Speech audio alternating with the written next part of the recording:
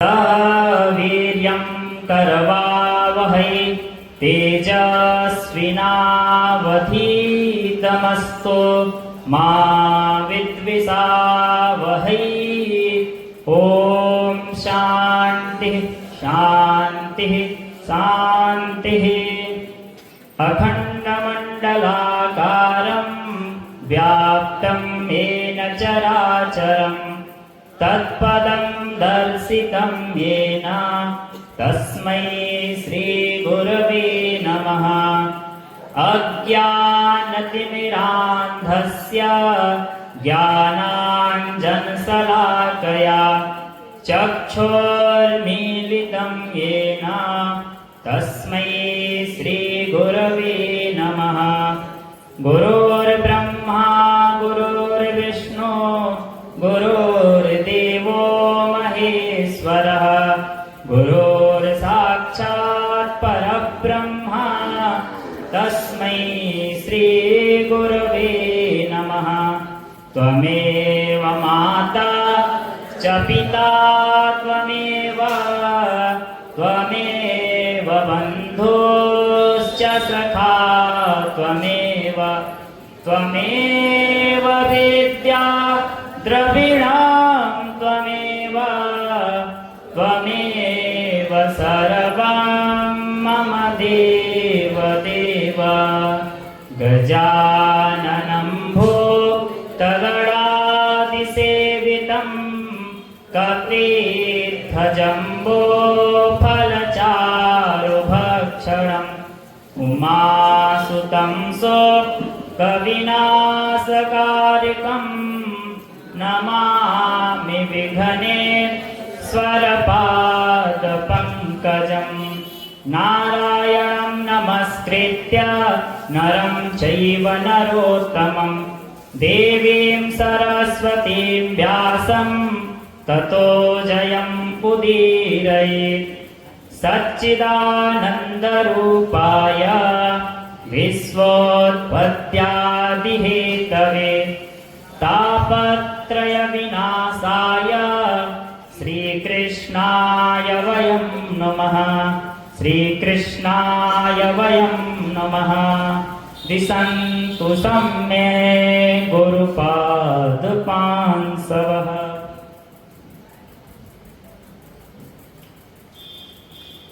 देवाधिदेव महादेव जिनके चरण शरण में बैठ करके हम सभी लोग इस पवित्र श्रावण मास में उन्हीं परमात्मा के अनेक लीलाओं का उन्हीं के चरण शरण में बैठ करके श्रवण करने को मिल रहा है। ये भगवान की विशेष कृपा है। भगवान नर्मदेश्वर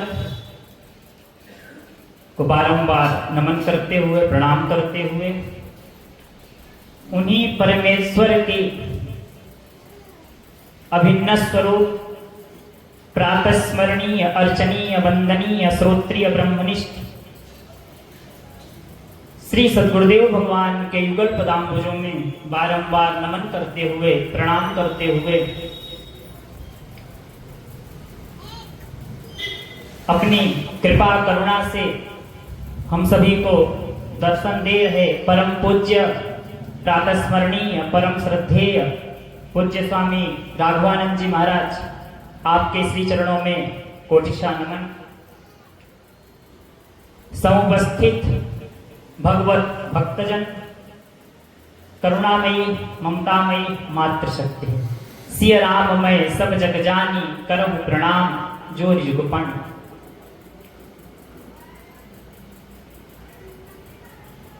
आज के करीब 3 महीने पहले हमारे प्यारे लाल जी आए। हमें नहीं बताया कि महाराज जी ऐसी ऐसी बात है, विचार कर रहे हैं। जाके सीधे गुरु जी से बताया, गुरुदेव भगवान से चर्चा किया। तो गुरुदेव ने कहा ठीक है अमृत को ले जा। तब आकर के मुझे बताया कि ये नहीं बताइए वहां से चले आए, उस समय मैं था नहीं आश्रम में, मैं किसी कार्य से बाहर चला गया था। तो मैं तभी मेरे पास इनका फोन बजा, तो फिर जब मैं बाहर आके बात किया तब इन्होंने बताया। उसके पहले मैं मंदिर पे भी नहीं आया था कभी, बगल में इसी रास्ते से गुजर गया, कभी आया नहीं था। तो फिर 1 महीने बाद प्रारूप बना, मैं 1 महीने बाद इधर आया था, तो मैंने फोन किया कि आओ मंदिर देख लेते हैं। आए मंदिर देखे। पूर्व में भी अभी जैसा हमारे श्रीमान अनिल सिंह जी बता रहे थे कि पूज्य गुरुदेव भगवान की कथा यहाँ पर 92 से सुन रहे हैं। तब तो ये शरीर पैदा भी नहीं हुआ था।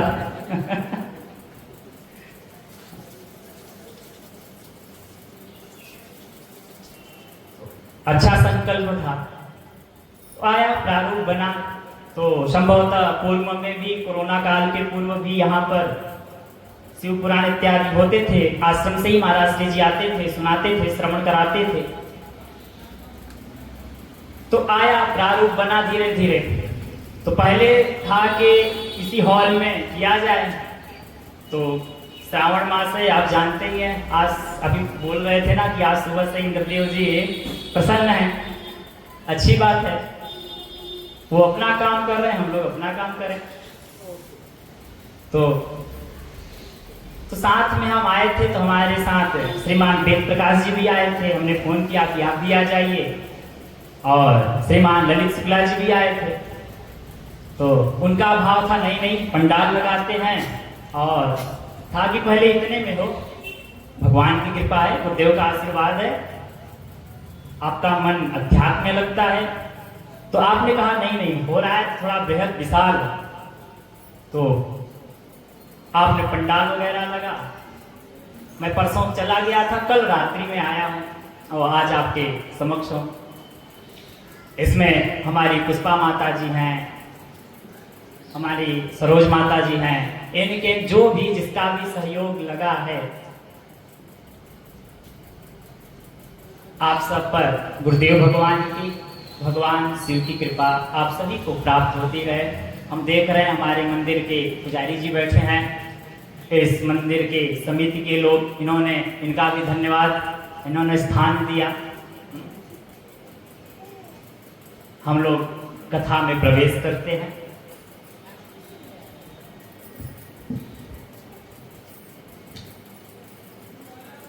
परम सत्य तो देखिए केवल एक है। श्रुति भगवती ने उद्घेर किया कि एकम सत विप्रा बहुधा वदंती, परम सत्य एक है। किंतु उस परम पिता परमेश्वर के अंदर उसने इच्छा किया, स ऐच्छत एको हम बहुत श्याम, मैं एक हूं अनेक हो जाऊं। तो उसी परम पिता परमेश्वर के दो स्वरूप, एक निर्गुण निराकार और एक सगुण साकार, जिसको हम निरूपाधिक कहते हैं और सोपाधिक कहते हैं। निरूपाधिक ब्रह्म और सोपाधिक ईश्वर।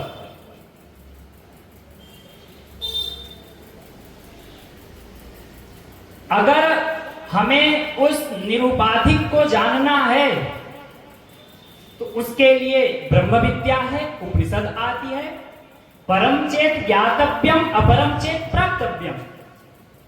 परम चेत जो हमारे इंद्रिय आदि से जो दिखाई नहीं देता, उसके लिए तो एक केवल केवल ज्ञान है। अपरम चेत जो दिखाई नहीं दे रहा है, ज्ञातव्यम उसको जानो। और अपरम चेत जो हमारे सामने सगुण रूप में है, उसको देख करके, उसके कथाओं को श्रवण करके, उसके माध्यम से हमारा प्राप्तव्य, हमारा लक्ष्य स्वर्ग नहीं है। हमारा प्राप्तव्य, हमारा लक्ष्य है कि एन केन प्रकारेण हम अपने स्वरूप में स्थित हो जाएं।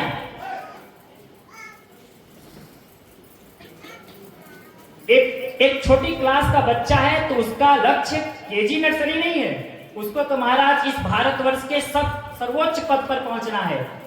किंतु उसका साधन क्या है, मार्ग क्या है, LKG UKG होकर के ही ये जाता है। तो ठीक हमारा स्वर्ग साधन नहीं है, हमारा तो अपने स्वरूप में हमको ब्रह्मात्मिक बोध करना है, साधारण भाषा में मोक्ष की प्राप्ति करनी है। तो अगर उस निरूपाधिक को जानना है तो उसके लिए अलग हमारे पास ब्रह्म विद्या बतलाई गई, जिसमें ईश, केन, कठ, प्रश्न मंडक, मांडुक, ऐतरेय, तैतरेय आदि उपनिषद हैं। उस उपनिषद के माध्यम से हम किसी श्रोत्रिय ब्रह्मनिष्ठ के पास जाने, उनके चरण शरण में रह करके उनके माध्यम से हम अपने स्वरूप को जाने और प्राप्त करें। दूसरा जो है सोपाधिक, अब वही परमात्मा जो निर्गुण निराकार है, जिसकी कोई उपाधि नहीं है, अब वही परमात्मा सोपाधिक, अब वही परमात्मा अपने प्रकृति को धारण करता है, अपनी माया शक्ति को धारण किया। अब ऐसे समझो ना, ऐसे आप घर में बैठे हो, आप कौन हो? अरे आप आदमी हो, आप इंसान हो, आप जीव हो। आपने सफेद कोट पहन लिया, हो सकता है कोई डॉक्टर हो, तो अब क्या हो गए आप? अच्छा हॉस्पिटल में जाओ, अनेक बार ऐसे होता है, हॉस्पिटल का ड्रेस कोड क्या है? White colour. अगर आप व्हाइट कलर का कोट ऊपर से धारण कर लिए तो आपने एक उपाधि धारण कर लिया, अब क्या हो गए आप? डॉक्टर हो गए। अगर वो कोट उतार दो तो हो सकता है आपका पेशेंट ही आपको न पहचाने। कई बार होता है, अभी कुछ दिन पहले कोई दिक्कत हुई तो आश्रम के पास में हॉस्पिटल है, तो मैं गया, तो बात हुई, कुछ स्वामी रामानंद जी थे, उन्होंने फोन किया तो मैं गया, तो डॉक्टर महेश्वरी थे, तो उन्होंने, मैं फोन पे उन्हीं से बात किया, और जब उनके चैम्बर में गया तो मैं पूछ रहा हूँ डॉक्टर साहब कहाँ है, उन्हीं से पूछ रहा हूँ। तो अब जब हमने कोई उपाधि धारण कर लिया तो मैं डॉक्टर हो गया, मैं पुलिस हो गया, मैं, हमारे शुक्ला जी बैठे हैं, अभी ऐसे कोई देख ले तो बताए कि वकील है। अगर यही अपना कोट वोट पहन लें, लाल पीला पेन जेबा में रख लें तो दूर से ही लगे कि देखो वकील साहब आ रहे हैं। तो जब एक एक करके मैं कोई उपाधि धारण करता गया, अच्छा क्या होता है, एक दिन एक लड़का कुछ अपने परिवार के साथ एक कन्या के घर गया। पहले गांव घर जाते थे, अब कहाँ जाते हैं? कौन सा हाल बोलते हैं आप लोग? Marriage hall. हाँ, अब वो लड़का गया, कुछ आचार्यों ने वैदिक मंत्र से पाणी ग्रहण संस्कार कराया। उसके बाद उस दिन से वो कन्या क्या मानती है और वर क्या मानता है? बस उपाधि तो धारण कर लिया ना, अमुक मेरी पत्नी, अमुक मेरा पति, बस एक उपाधि तो धारण किया ना। वैसे ही वो जो निरूपाधिक परम ब्रह्म है, उसने अपने प्रकृति को धारण किया, अपने माया शक्ति को धारण किया, तो हमने उसको कह दिया ईश्वर, हमने कहा भगवान। क्यों? क्योंकि जो उसकी सत्ता थी वह अपनी सत्ता से थोड़ा सा नीचे आया, माया को धारण किया, प्रकृति को धारण किया। भगवान का एक स्वरूप यहाँ पर विराजमान है, जिसको हम कहते हैं लिंग स्वरूप, ना उसका आदि है ना कोई अंत है। उन्हीं परमात्मा का एक स्वरूप है। महाराज जटा झूठ बातें हैं, जटा में गंगा जी हैं, भाल पर चंद्रमा विराज हैं। अब वो भगवान का कौन सा स्वरूप हो गया? सोपाधि। परमात्मा ने अब उपाधि धारण किया। तो निरूपाधिक को जानना है तो ब्रह्म विद्या, और अगर सोपाधिक को जानना है तो उसके लिए पुराण अन्यान्य हमारे पास शास्त्र हैं। उस माध्यम से वो परमात्मा निर्गुण निराकार होते हुए सगुण साकार के रूप में क्यों आया, अगर इसको जानना है तो इसके लिए क्या है? शिव पुराण अनन्यान्य आपके पास ग्रंथ हैं, शास्त्र हैं, आप चिंतन करिए। थोड़ा सा शिव पुराण में प्रवेश करने के पहले अभी महाराज जी ने विषय छुआ था। अगर हमें भगवान का स्वरूप क्या है, वास्तव में भगवान का स्वरूप क्या है? राम है कि कृष्ण है कि अर्धनारेश्वर है कि किरात अवतार में भगवान है वास्तव में भगवान का स्वरूप क्या है? कुछ प्रश्न लेके चलिएगा आप जगह जगह पर। मैं पूरे 7 दिन में मैं आपको स्पर्श कराता जाऊंगा। पहला प्रश्न कि भगवान का वास्तव में स्वरूप क्या है? हम क्या, कोई भी वक्ता जब सुनाते हैं महाराज, तो जब रामायण सुनाएंगे तो राम की महिमा, गोस्वामी जी ने लिखा ना, जगु पेखन तुम देख निहारे, विधि हारी शंभु न चावन हारे। जग पेखन तुम देख निहारे, हे राम ये जो जगत दिख रहा है, ये जगत क्या है? ये दृश्य है, तुम देख निहारे। हे राम, इसको देखने वाले, इसको बनाने वाले, इसको जानने वाले कौन? आप। और यही नहीं, हे राम, ब्रह्मा विधि हरि हर, विधि माने ब्रह्मा जी, हरि माने विष्णु भगवान, विधि हरि हर माने हर माने शंकर भगवान, विधि हरि हर शंभु न चावन वाले। आप ब्रह्मा, विष्णु और महेश शंकर को, आप तीनों को क्या करने वाले हो? नचाने वाले हो। विधि हरि हर शंभु नचावन हारे। जब हम भागवत सुनेंगे तो हम वहां पर कन्हई की महिमा, महाराज कन्हई से फिर बड़ा कोई और। जब हम देवी भागवत सुनाएंगे तो हम सुनाएंगे बिल्कुल मां भगवती हैं अपने मणिद्वीप में अपने सारे विग्रहों के साथ, अपनी पराअंबा विराजमान है। हम जब जिसकी महिमा सुनाएंगे उसका बखान करेंगे तो हमारे मन में, ये सब हम सभी का प्रश्न है, हमारे मन में जिज्ञासा उठ रही है कि वास्तव में भगवान का वास्तविक स्वरूप क्या है? राम, कृष्ण, हनुमान वास्तविक स्वरूप क्या है? अब दूसरा प्रश्न उठता है कि परमात्मा है, मैं हूं, मैं जीव हूं, मैं कभी सुखी दुखी होता हूं, मैं कभी हंसता हूं, कभी रोता हूं, कभी मेरे पास समाज की, परिवार की बहुत सारी जिम्मेदारियां आती हैं। मैं जीव हूं, मैं अपने कल्याण के लिए आज आया हूं, कथा सुनने के लिए आया हूं, बिल्कुल। तो दूसरा प्रश्न उठता है कि भगवान से मेरा संबंध क्या है, मेरा नाता क्या है, मेरा रिश्ता क्या है? भगवान से मेरा संबंध क्या है? साबा मामा प्रिय, साबा मामा उपजाए, साबा ते अधिक मनुज मोहि भाए। भगवान ने कहा साबा मामा प्रिय। इस सृष्टि में जितने लोग दिख रहे हैं, 84 लाख योनियां हैं, ये सब मम उपजाए, मेरे द्वारा उत्पन्न है। भगवान ने गीता में कहा ममैव वांसो जीव लोके मम इव अंशः। ये जितने जगत में जितने प्राणी दिख रहे हैं, जितने जीव देख रहे हैं, मेरे अंश हैं। उसी का अनुवाद गोस्वामी जी ने किया, ईश्वर अंश जीव अविनाशी, चेतन अमल सहज सुख राशि।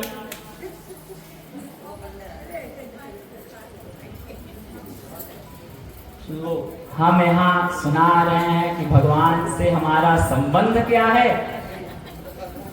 अरे महाराज आ रहा है, आने तो आपकी तो कृपा मनानी चाहिए। हनुमान जी महाराज डायरेक्ट आ रहे हैं।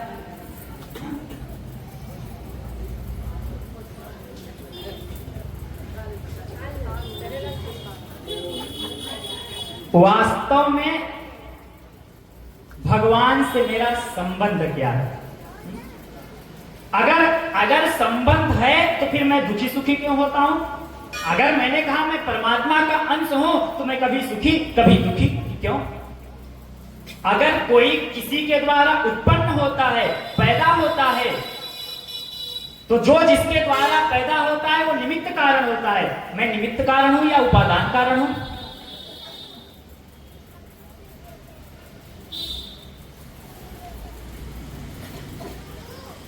ये दूसरा प्रश्न है। तो अगर मैं जीव हूं, मैं सुखी दुखी होने वाला हूं, तीसरा प्रश्न फिर मेरी मुक्ति का उपाय क्या है? मेरी मुक्ति का उपाय क्या है? इस जगत में अनेका अनेक मत के आचार्य हुए हैं। कोई कहेगा तुम कर्म करो, कोई कहेगा यज्ञ करो, यावत जीवे तावत जुहोति, जब तक जियो तब तक यज्ञ करो, जब तक जियो तब तक यज्ञ करो। और मंत्र सुना देंगे, उपनिषद का मंत्र बोल देंगे, कुर्वन्ने वेह कर्माणि जिजीविषे छतं समा। तो मैं कोई आचार्य बोलेगा कर्म का प्रतिपादन करेगा, कोई भक्ति उपासना का प्रतिपादन करेगा। और इसमें हमारी माताएं बैठी हैं, महाराज राधे राधे जपो, बिना राधे राधे जपे तो कल्याण, राधे राधे जपो चले आएंगे बिहारी। ये वाली पार्टी सारी एकदम वृंदावन, क्या कहेंगे, वृंदावन लवन है। कन्हाई तो हमारे रोम रोम में है। क्या हमारी मुक्ति का साधन क्या है, हमारी मुक्ति का उपाय क्या है? मैं यज्ञ करूं कि जप करूं कि तप करूं, मैं क्या करूं? वास्तव में मेरे मुक्ति का उपाय क्या है? अब जब हम मुक्ति के मार्ग पर चलें, जब हम भगवत मार्ग पर चलें, कई बार होता है हम कथा सुनने आए, बारिश हो रही है, बैठने की जगह नहीं है। तो जब हम परमात्मा के मार्ग पर चलते हैं तो महाराज बाधा कौन कौन सी आती है, और अगर बाधा आती है तो उससे बचने का, उससे छूटने का उपाय क्या है? 5 प्रश्न हो गए। भगवान का वास्तविक स्वरूप क्या है?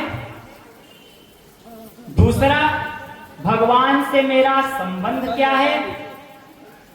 तीसरा, अगर मैं जीव हूं तो मेरे मुक्ति का उपाय क्या है? चौथा, जब हम भगवान के मार्ग पर चलते हैं तो बाधा कौन कौन सी आती है? और 5वां, जब हमारे जीवन में कोई बाधा आ गई, हम सतमार्ग पर चले, कोई बाधा आ गई तो उससे छूटने का उपाय क्या है, उससे बचने का उपाय क्या है? ये मूल 5 प्रश्न लेकर के हम श्रीमद् भागवत शिव महापुराण में प्रवेश करते हैं।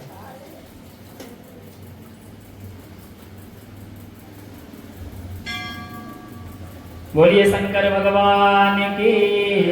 सौनक उवाच हे हे सूत महाप्राज्ञ सर्व सिद्धांत विप्रभो आख्याहि मे कथासारं पुराणानां विशेषतः सदाचारश्च सद्भक्तेर्विवेको वर्धते कथं स्वविकार निरासश्च सज्जनैः क्रियते कथं जीवाश्चासुरतां प्राप्ता प्रायो घोरे कलाभिः तस्य संशोधने किं हि विद्यते परमायनम् यदस्ति वस्तु परम श्रेयसां श्रेय उत्तम पावनं पावनानां च साधनं स तत् अधुना।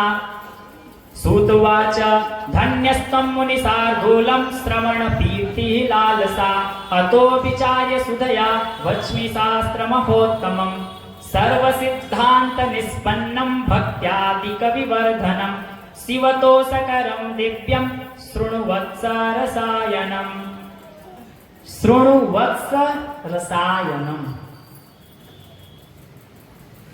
सूत जी महाराज का पहला शब्द निकला शृणुवत्स रसायनम।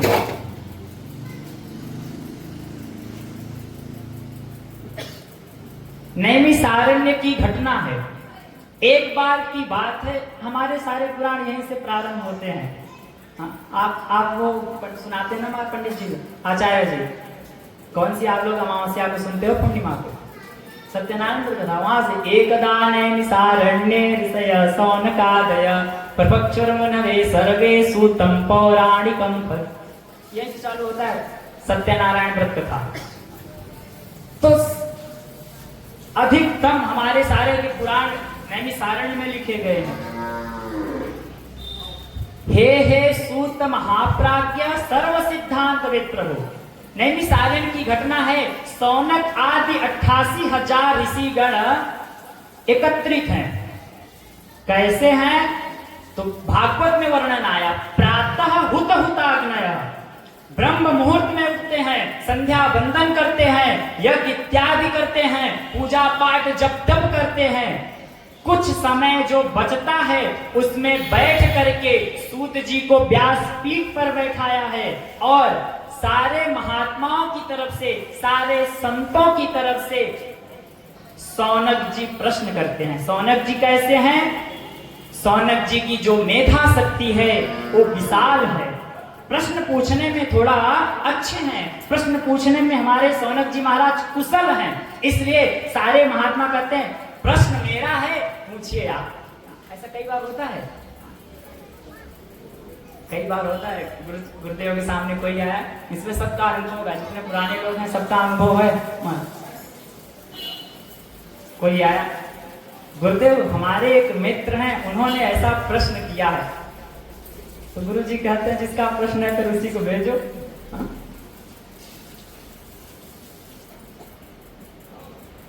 गुरु जी इसको उत्तर नहीं देते हैं, जिसका प्रश्न हो आए पूछे।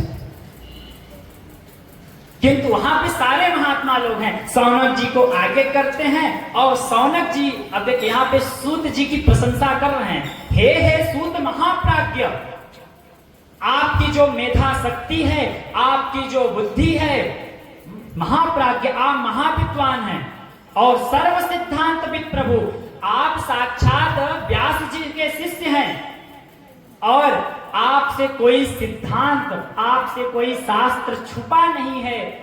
आप हमें कृपा करके कोई ऐसा ग्रंथ सुनाइए जिससे क्या हो, कोई कथा सुनाइए जिससे सदाचारस्य सद्भक्ति, जिससे मेरे लौकिक जीवन में सदाचार आवे, मेरी बुद्धि बढ़े, मेरा विवेक बढ़े, मेरे भगवान के चरणों में मेरा प्रेम बढ़े। आप कोई ऐसी कथा सुनाइए हमको। एक इसका प्रश्न है 88,000 महात्माओं का, एक का प्रश्न नहीं है। एक इसका प्रश्न है 88,000 ऋषिगण वहां पे उपस्थित हैं, उन सब की तरफ से क्या कोई ऐसा साधन बताइए जिससे लौकिक जगत में सदाचार हो, मेरे जीवन में सदाचार यानी तात्पर्य एक भाषा में कहूं तो वेद विहित जीवन, जैसा हमारे वेद भगवान ने, जैसी हमारी श्रुति भगवती ने उपदेश दिया है उसी प्रकार जीवन। ब्रह्म मुहूर्त में उठना चाहिए, संध्या बंदन करना चाहिए, जब तक करना चाहिए, वो क्या होगा? सदाचार। महाराज जी ने लिया था सदाचार को, किसी से बोलो तो प्रेम से बोलो, सत्यम वद, धर्मम चर, स्वाध्याय प्रवचनाभ्याम न प्रमदितव्यम, मातृदेवो भव, पितृदेवो भव, आचार्य देवो भव, अतिथि देवो भव। ये सब क्या है? ये सब सदाचार में आता है।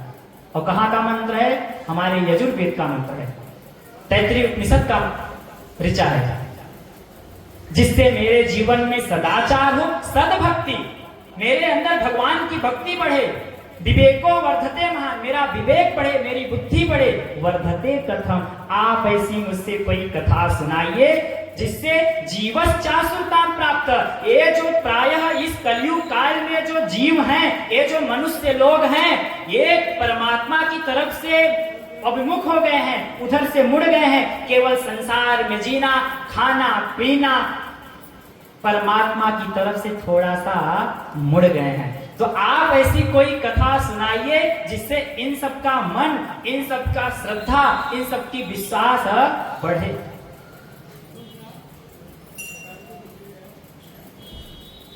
अब सूत जी महाराज बोलते हैं, धन्यस्तम मुनि शार्दूलम श्रवण प्रीति लालसा।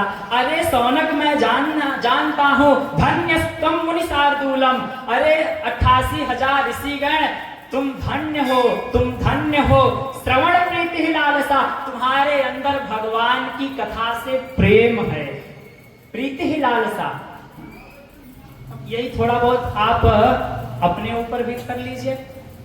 धन्यस्तम, आप लोग भी धन्य है महाराज, आप लोग 2 घंटे का समय तो निकाला ना, इतने व्यस्ततम जीवन से घर में रहते, एसी चलती, पंखा चलता, टीवी चलती, हो सकता है बारिश का मौसम है तो जिनकी बहू आ गई हो गरम गरम पकौड़े भी खिलाते।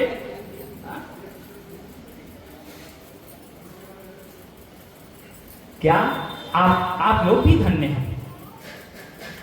कम से कम भगवान की कथा से तो प्रेम है। थोड़ा सा, ना पूरा जीवन, ना पूरा दिन, थोड़ा सा 2 ही घंटा तो घर से मन बहरा के दिया ना, घर को छोड़ा, परिवार को छोड़ा, वो क्या कहते हैं, मूल से ज्यादा क्या पिराता है, सूद से ज्यादा मूल पिराता है। कैसे करते हैं? अच्छा, ब्याज पिराता है, मूल से ज्यादा ब्याज पिराता है। अच्छा अच्छा। अब यहाँ पे तो 2-4 लोग छोड़ करके बाकी तो सब पोती पोता वाले ही बैठे हैं महाराज। अरे जब वो छोटा सा बच्चा कहता है दादी, दादी तो सब कुछ भूल गई। क्या प्रेम है? नहीं तो आए दिन शहर में देखने को मिलता है, सुनने को मिलता है कि कथा से प्रेम नहीं है। महाराज हमारे ही लोग, हमारे हिंदू धर्म के लोग आकर के माइक बंद करा देते हैं जी। जब मैं पहली बार आया तो बोले, ये प्यारेलाल जी ने कहा हम गुरु जी के यहाँ कथा कराए। तो मैं बोला कहाँ कराया था? बोले यही कोई मानस गार्डन है। महाराज उसकी सारी कहानी सुना डाली कि यही के लोग आए। क्या होता था, कथा तो होती थी ना, उसको मानस गार्डन नाम है ना, उसको पूरा खुदवा करके ऊंचा नीचा पहाड़ बनवा दिया, जिससे कुछ हमारे हिंदू समाज के लोग आकर के माइक बंद करो, कोई गाली देता है, कोई कहता है पता नहीं कहां से आ गए। ये तो क्या है?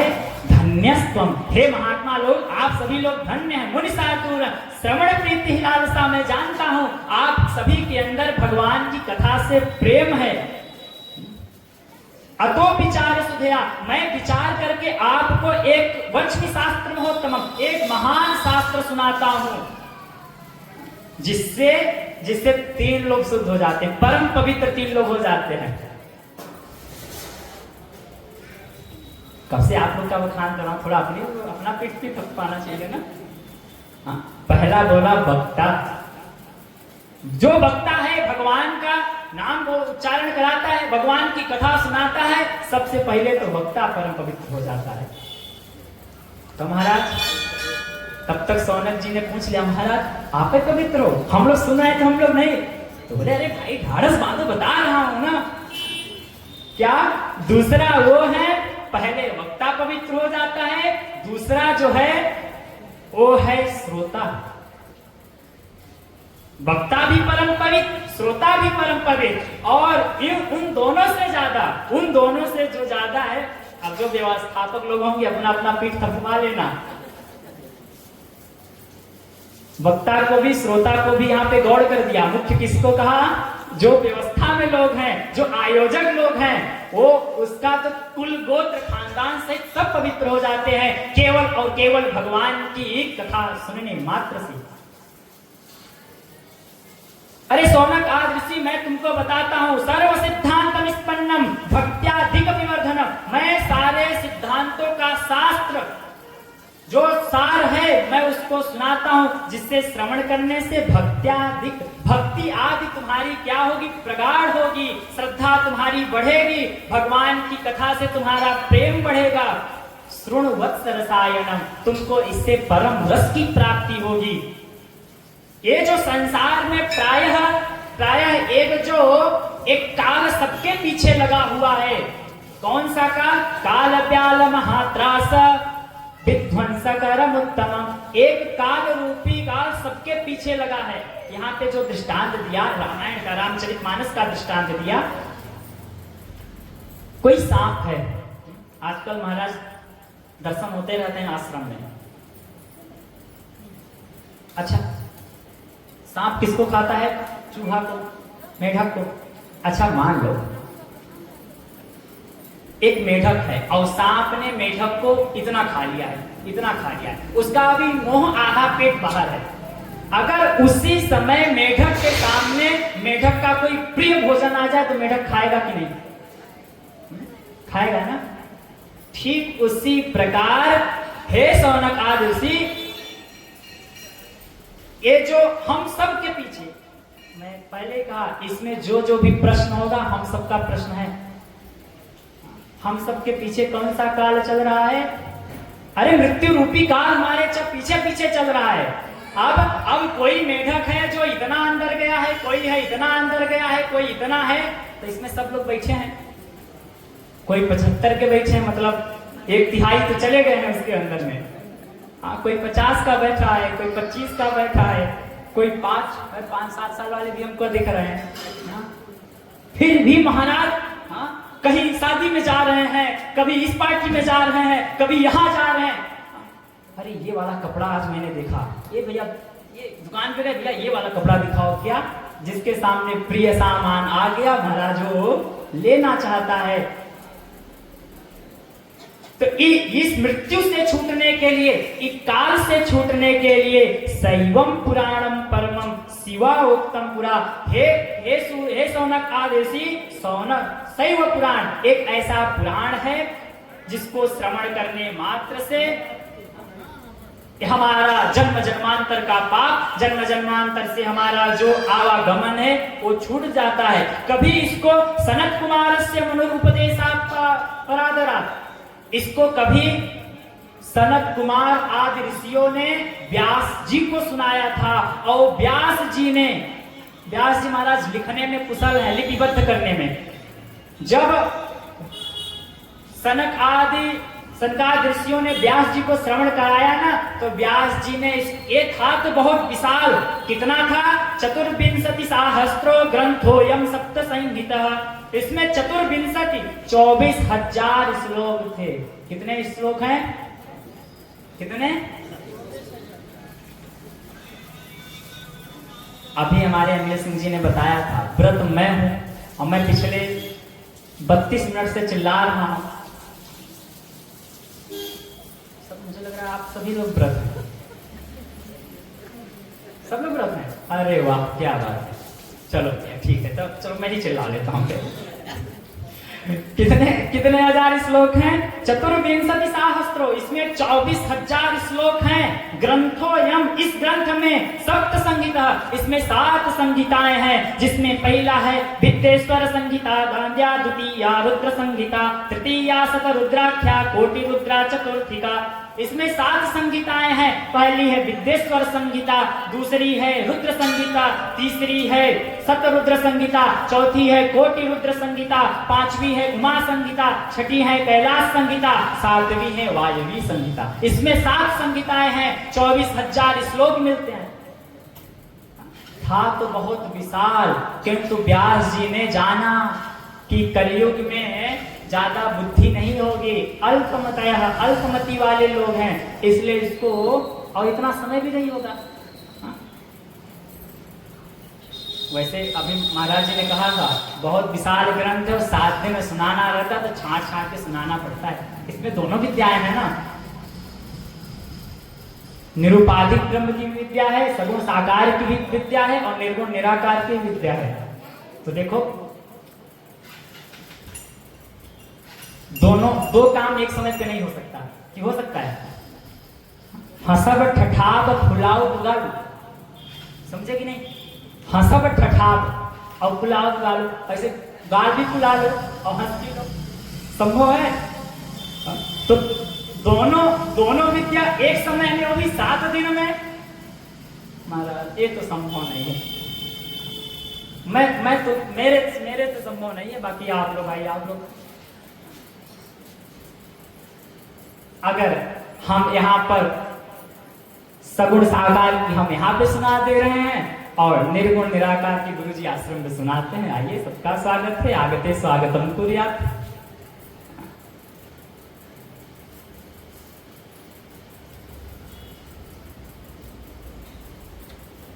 महाराज थोड़ा भी अगर समय मिले तो इसको सुनना चाहिए। मुहूर्तम वा तदर्थम वा क्षणम च वा ये श्रुणन्ति पुराणम ना तन्नम तेसा दुर्गतिम भवेत्। अगर इसको थोड़ा भी, अब इसी का बनेगा, इस श्लोक का एकदम सटीक बनता है।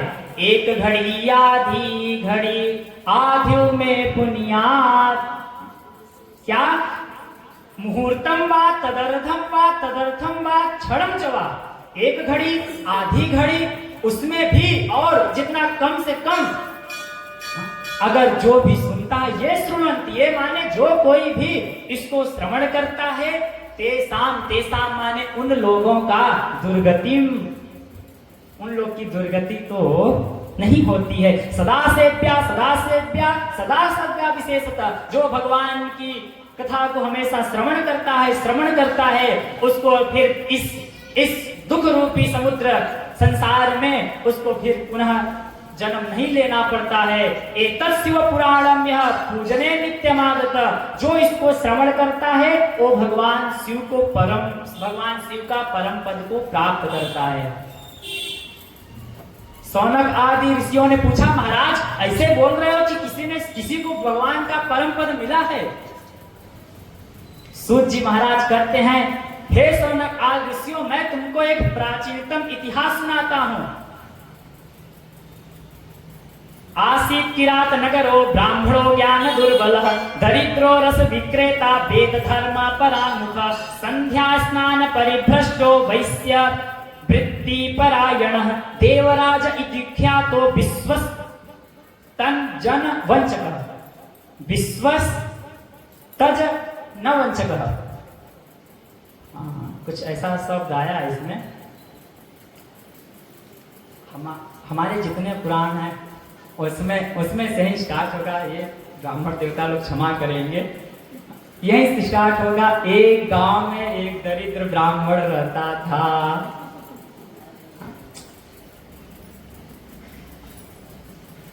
नहीं गुरुदेव कहते मैं तो इससे सहमत नहीं।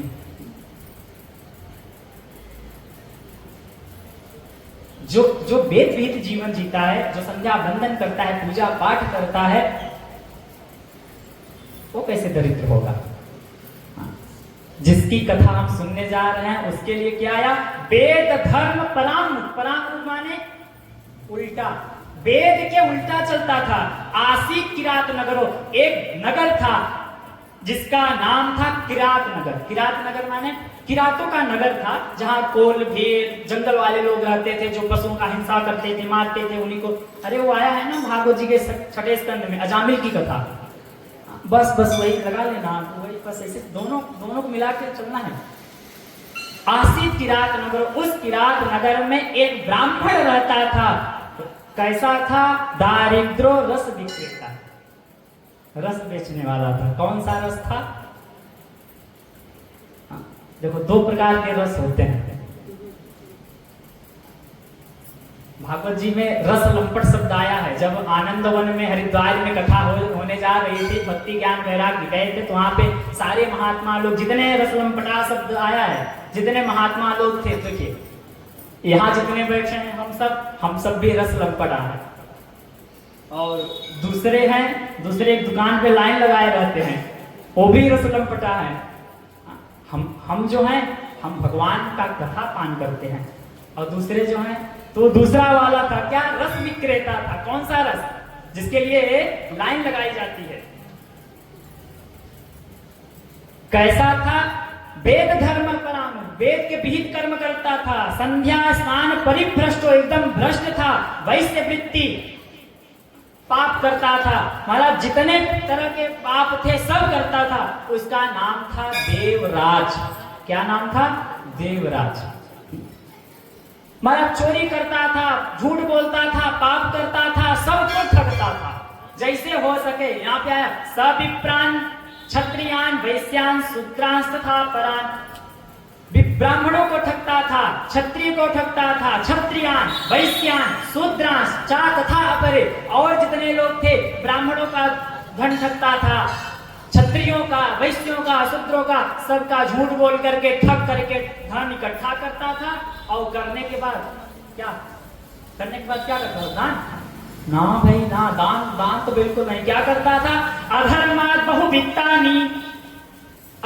बहुवित्तानि, अपना सारा का सारा धन कहाँ लगाता था? अधर्मात् बहुवित्तानि, सारा का सारा धन अधर्म में लगाता था। न धर्माय धनम, धर्म के लिए कभी धन नहीं दिया, दान नहीं किया, तीर्थ नहीं गया, व्रत नहीं किया, यज्ञ नहीं किया, मंदिर की सेवा नहीं किया, शिवालय नहीं बनवाया, कथा नहीं कराई, कथा नहीं श्रवण किया। कहाँ खर्चा किया? अधर्म में खर्चा किया। शराब पीने में, जुआ खेलने में, झूठ बोलने में, वैश्य वृत्ति, वैश्या के ऊपर खर्चा किया। धीरे धीरे लोग जान गए, जितने उस किरात नगर के लोग थे, सारे के सारे लोग जान गए, ये जो देवराज है ये दुष्ट है, ये पापी है, झूठ बोलता है, ठगी करता है। जब वो गांव से निकलता था, रोड से निकलता था, अरे कहते वो देवराज आ रहा है, अपने बच्चे को छुपाओ, ए तुम भी किनारे हो जाओ। धीरे धीरे क्या होने लगा, उसको लगने लगा कि महाराज अरे हम लोग से ज्यादा उसको लगा कि अब हमारी कोई इज्जत नहीं है यहाँ पे महाराज, अब इस गांव में रहने से कोई फायदा नहीं है, हमको तो इस गांव में कोई पूछ ही नहीं रहा है। क्या किया महाराज, वो वहां से चल दिया। चलते चलते महाराज कदाचित दैव योगेन प्रतिष्ठानपुरम आगतः, महाराज वो चलते चलते प्रतिष्ठानपुर पहुंचा। गांव में कोई इज्जत है नहीं, गांव में कोई पूछता है नहीं, अब खाने पीने को कोई देता नहीं, अब उससे कोई रस खरीदता नहीं, उसको कोई धंधा उससे करता नहीं, तो खाए क्या। तब अब वो सोचा कि इस गांव में रहने से तो गुजारा नहीं है, चलते हैं कहाँ, उस गांव को छोड़ दिया और चलते चलते कहाँ पहुंचा, प्रतिष्ठानपुर। वर्तमान में प्रतिष्ठानपुर का नाम है झूसी। झूसी कहाँ है, प्रयागराज में। गंगा इस पार आलोपी बाग है, गंगा उस पार झूसी है, ठीक है। जमुना जी के इस पर आलोपी बाग कहते हैं जो हनुमान जी का सटा हुआ, और यमुना जी के उस पर अरैल नैनी कहते हैं उसको। तो गंगा जी का, जो गंगा जी की धारा आ रही है, इधर आलोप शंकरी आलोपी माता जी हैं, बेड़ी माधव हैं, हनुमान जी महाराज हैं, उसके ठीक उल्टा नाम था उसका प्रतिष्ठानपुर। महाराज 2-3 दिन से यात्रा कर रहा था, यात्रा में बारिश हो रही थी। जब वो चलते चलते सूर्य अस्त हो गया, सूर्य अस्त होने के बाद जब वो पहुंचा तो उसको जाते जाते एक शिवालय दिखा। थका हारा उसी शिवालय पे बैठ गया और क्या, चलते चलते उसको बुखार हो आया। स्थित्वा तत्र च विप्रौ असौ ज्वरेणाति प्रपीड़ितः। वो ज्वर माने ये भी कोई भगवान शंकर का ही गण है, ये जितने बुखार हैं और ज्वर हैं सब भगवान शंकर के ही गण हैं। वो चलते चलते उसको बुखार आया, अब शरीर तो साथ नहीं दे रहा है, तो करे क्या, और वही मंदिर पे बैठ गया। जब मंदिर पे बैठ गया, अब मंदिर पे बैठ गया तो महाराज भक्त लोग आ रहे थे, भगवान के दर्शनार्थी आ रहे थे, 2-3 दिन से कुछ खाया नहीं था, किसी ने फल दे दिया, किसी ने मिष्ठान दे दिया, किसी ने पूरी लस्सी दे दिया, खाया। उसको लगा महाराज यहाँ तो छत भी है, बस यही डेरा डाल लेते हैं। बगल में गंगा जी हैं, स्नान करता। दैव योग से एक आचार्य जी थे जिन्होंने एक संकल्प लिया था, मुझे लगा यही श्रावण मास ही है, श्रावण मास था या फिर अधिक मास, 1 महीने का होता है दोनों, मुझे लग रहा है यही दोनों में से कोई होगा। वो आचार्य जी ने संकल्प लिया कि आज से मैं भगवान शिव को 1 महीने भगवान शिव की कथा सुनाऊंगा। अब महाराज वो आचार्य जी आते, अपना आसन लगाते, भगवान जी के मंदिर के सामने अपना बैठ करके 1 संहिता 2 संहिता करके सुनाते। अब जो बगल में कौन बैठा था, देवराज बैठा था। अब महाराज देख सुनिएगा, कोई श्रद्धा नहीं है उसके अंदर, उसके पास कोई रहने का उपाय नहीं है, तो महाराज कहते न मरता क्या न करता, जाए तो जाए कहाँ, खाने को भी मिल रहा है, वहीं बैठ गया और बैठ के अब जान अनजान में भगवान शिव की कथा सुन रहा है। धीरे धीरे करते करते करते करते 10 दिन बीता, 20 दिन बीता। अब उसका काम क्या था, मंदिर से प्रसाद मिलना। जान भी गए थे मंदिर के लोग, ये लगता है कोई गरीब है, इसका कोई आगे पीछे नहीं है, जैसे हमारे आगे नाथ न पीछे पगहा, जैसे हम हैं महाराज, हमारे महाराज जी हमारा नहीं भाई, हमारे पीछे एक शक्ति खड़ी है, देखिए नहीं लगा होगा, ये देखिए हमारे पीछे एक शक्ति है, मैं इसमें स्वाभिमान करता हूँ, मैं उस गुरु का शिष्य हूँ। जानते होंगे कि इसके आगे पीछे वाला कोई नहीं है, तो लोग ला करके भोजन करा देते। अब 10 दिन बीता, 20 दिन बीता, गंगा में स्नान करना, मंदिर में बैठना, मंदिर का प्रसाद पाना और कथा सुनना। धीरे धीरे कितना बीत गया, देवराजस्य मासान्ते ज्वरेणा पीड़ितो मृतः। कितना बीत गया, मासान्ते 1 महीना बीत गया। अब याद रखिएगा, 1 महीना में ना उसने कोई पाप किया।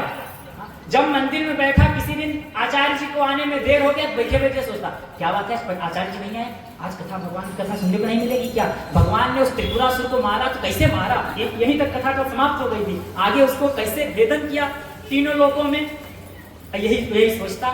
अब 1 महीना में कोई पाप उसने नहीं किया, ना झूठ बोला, ना चोरी किया, ना किसी को ठगा, क्या बैठे बैठे गंगा जी में स्नान करना, भगवान की प्रसादी पाना और भगवान की कथा सुनना। भले भाव नहीं था, गोस्वामी जी ने लिखा ना, भाय कुभाय न खयाल सहु, नाम जपत मंगल दिसदसहु। आप भगवान का नाम भाव से जपो चाहे कुभाव से जपो, वो हमारे 10 दिशाओं में रक्षा करता है जी। धीरे धीरे करते करते महीना बीत गया, इधर वो भगवान की कथा भी 1 महीना बीत गया, आचार्य जी ने अपना पूर्णमदम किया, आचार्य जी गए, धीरे धीरे संयोग से की बात है, एक दिन रात में ज्वरेण देवराजश्च मासान्ते ज्वरेण पीड़ितो मृतः, बुखार के कारण उसका शरीर शांत हो जाता है, मर गया। जब मर गया तो उस देवराज के जीव को लेने के लिए तुरंत यमगढ़ आए। महाराज जैसे यमगढ़ पहुंचे, यमगढ़ के पीछे पीछे महाराज 2-4 गढ़ और आगे, एकदम महाराज देख के डर लग जाए। जटा जूट धारण किए, रुद्राक्ष की माला, शिवलोकात् समागत्य क्रुद्धा यमपुरी ययौ ताड़यित्वा तु, महाराज यमपुरी से आए और भगवान शिव के लोक से गण आए। दोनों में बातचीत हुआ, शिवगणों ने यमगणों को, बात नहीं मानते हो तुम लोग, भगवान की माया में बाधा करते हो, और उस देवराज के जीव को देवराजम समाहोच्य विमाने परमाद्भुते, विमान बैठाया और देवराज के जीव को कहां ले गए? शिवलोक गए। अब याद रखिए, अब उस 1 महीने में देवराज ने कोई पाप नहीं किया, भगवान ने तो गीता में उद्घोष किया ना, अपि चेत सुदुराचारो भजते मां अनन्य, जो मुझको अनन्य भाव से भजता है भले दुष्ट हो, अपि चेत सुदुराचारो, किंतु भजते मां अनन्य, अगर मुझको भजता है तो मैं उसकी गति अत ऊर्ध्वम न संशय, मैं देर नहीं करता, मैं तनिक भी देर नहीं करता, मैं उसको सारूप्य सायुज्य सालोक्य सामिप्य साष्टी आदि मुक्तियां मैं इसे प्रदान कर देता हूं। सारे यमगढ़ गए, पूरे यमलोक में हाहाकार मच गया कि पापी आदमी को लेके गए शिवलोक, पापी आदमी को शिवलोक ले गए, पूरा कोलाहल हुआ। महाराज ये जो यम देवता थे ना, यम ने तुरंत ज्ञानेन चक्षुषा सर्वम वृतांतम ज्ञात, उस यम देवता ने ज्ञान चक्षु ध्यान लगाया कि कैसे पापी को ले गए, जो उसने जान लिया कि ये भगवान शिव की महिमा है, भगवान शिव के गण थे, आए लेके गए। तुरंत यम ने बुलाया अपने गणों को, हे सुनो सुनो, आज के बाद कोई भस्म लगाया हो, कोई रुद्राक्ष धारण किया हो, तुलसी माला, अब जब भागवत सुनाएंगे वहां पे तुलसी माला बोलेंगे, अब शिव पुराण सुनाना है, समझो ना, जब शिव पुराण सुनाना था रुद्राक्ष बोलेंगे। देखो माता जी दिखा रहे हैं, निकाल के हम भी पहने हैं, शायद हम नहीं पहने, हम भी पहने हैं जी।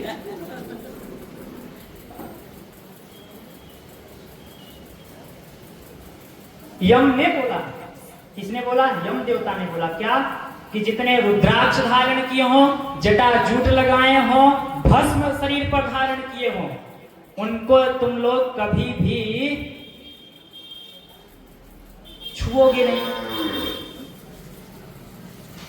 इधर सौनक जी बोलते हैं, सूत सूत महाभाग सर्वज्ञोसि महामते, त्वत्प्रसादात् कृतार्थोहम कृतार्थोहम पुनः पुनः। अरे सूत जी महाराज, आपको प्रणाम है, आपको प्रणाम है, आपको प्रणाम है। हाँ महाभाग, मेरे अहोभाग्य कि भगवान शिव की ऐसी कथा सुना। किंतु महाराज एक प्रश्न उठ रहा है, ये जो देवराज था ना, देवराज तो मजबूरी में कथा सुना ना, अगर उसको बुखार ना रहती तो वहां क्यों रुकता? अगर उसको बुखार ना रहती तो वहां क्यों रुकता, क्यों कथा सुनता?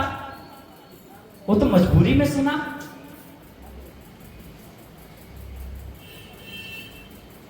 सूत जी महाराज कहते हैं, एक कथा और सुन लो। ये पुराणों में ऐसे होता है, जैसे बट वृक्ष होता है ना, यहाँ नहीं है क्या बात है, आप देखे होंगे उससे एक शाखाएं उसे निकलती है ना, वैसे इसमें पुराणों में भी एक कथा से एक कथा निकलती है। तो ठीक है, हम दूसरी कथा सुनाते हैं। ये दोनों कथा महात्मा की कथा है।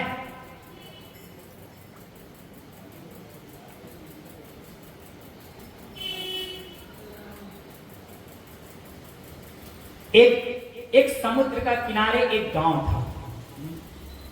एवं कुंजन संवासे ग्रामे वास्कल संगीते तत्र कौबिंदको नाम विप्र आसीन महाधम।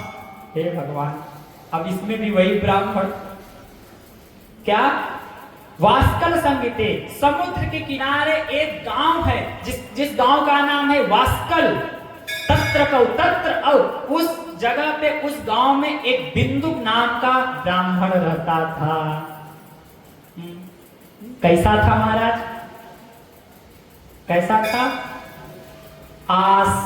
आसीन महाअधम था। कैसा था? साधुरात्मा महापापी सुदारोपी कुमार गगा वैश्या पतिर भुवाथ कामाकुलित मानसः स्वपत्नीं चंचुला नाम हित्वा नित्यं सुमर्दिनीं रेमे च वैश्या दुष्ट स्मरबाण प्रपीडितः। क्या था? सदुरात्मा, दुष्ट था, महापापी, पापी नहीं। कैसा था? महापापी था। कुमार्ग में रहने वाला था, हमेशा वेद विहित नहीं, वेद के उल्टा काम करता था। स्वपत्नी, महाराज उसकी पत्नी भी थी। क्या नाम था? स्वपत्नीम चंचुला नाम ही था चंचुला, जिसका मन बहुत चंचल हो रहा है। क्या बात है, आप तो विद्वान हो गए महाराज, भगवान की कृपा है। हमारे शास्त्र हैं, हम अगर इनकी कथा नहीं सुनेंगे तो और कौन सुनेगा? अगर हम शिवपुराण नहीं सुनेंगे, हम वेद अध्ययन नहीं करेंगे, हम रामायण नहीं पढ़ेंगे तो कौन? हमारे देवी देवता हैं, अगर हम पूजन नहीं करेंगे तो कौन करेगा? दूसरा धर्म वाला तो गाली देता है, तीसरा धर्म वाला तो जलाने की बात करता है, तीसरा क्या, हमारे बहुत सारे हिंदू ही। मैं नाम नहीं लूंगा, बस मैं बता देता हूँ, कभी इसी पार्टी में था, उस पार्टी में चला गया और रामायण जलाया, मनुस्मृति जलाया। समझ गए होंगे कुछ लोग कौन सा? शायद स्वामी उसके नाम के भी आगे लगता है। अब तो जरूर ही समझ गए होंगे, जो नहीं समझे होंगे।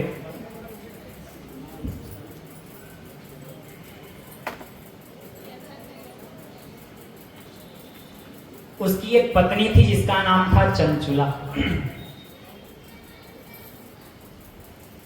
दोनों पति पत्नी एक ही जैसे थे। रेमे च वैश्या दुष्ट, दोनों एक दूसरे जैसे ही थे। हमेशा पाप करना, चोरी करना, वैश्यावृत्ति करना, वो पर स्त्री के साथ जाता, वो पर पुरुष के साथ जाती।